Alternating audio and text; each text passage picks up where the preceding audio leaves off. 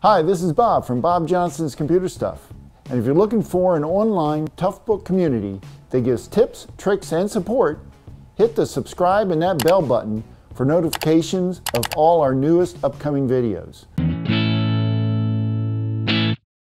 Hey guys, thanks for hanging out and watching. Today I'm going to talk a little bit about the Toughpad FZ-M1 tablet, and you probably recognize it from previous videos.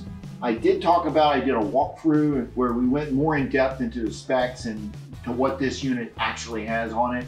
But there was a couple of things that I came across today after talking with some of my technicians about this unit, and I wanted to pass these along to you.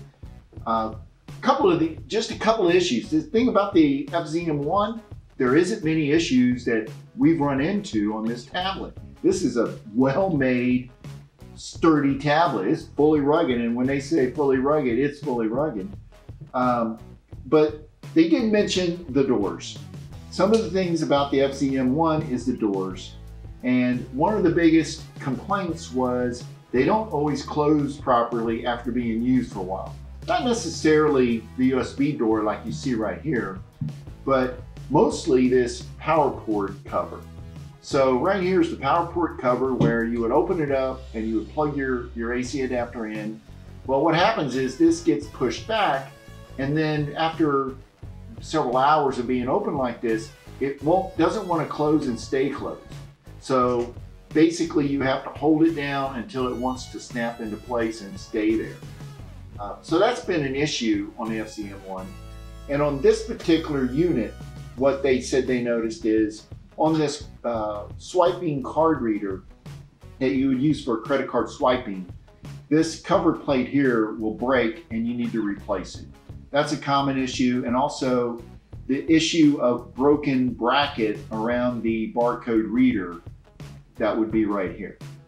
But overall, that's all they came out with for me on issues they found on incoming FZ-M1 problems. But what I did promise you, and the one that surprised the heck out of me and I had to include it in this video, was I had to find it, they had to show it to me because I didn't even think it had it, but it is the micro SD card slot. Where is the micro SD card slot on this FZ-M1? Well, I'm here to show it to you today. And this particular unit, I have the hand strap, so we just need to take this out of its holder like this. And believe it or not, you've got to remove the battery. And so we'll remove the battery. And then right here, next to the connector for the battery, is the door that you have to pop open. And behind this door is the SIM card slot that you would use for Verizon or AT&T or Sprint. But right below that is the micro SD card, and it's difficult to get to. It's not something you're going to want to have to deal with every day, but you could install a SD card, a micro SD card in this unit. And that's what I wanted to show you guys today. But other than that, this unit is a sturdy, well-made, fully rugged tablet that has very few issues that we could find. But that's all I got for you today. And that's it.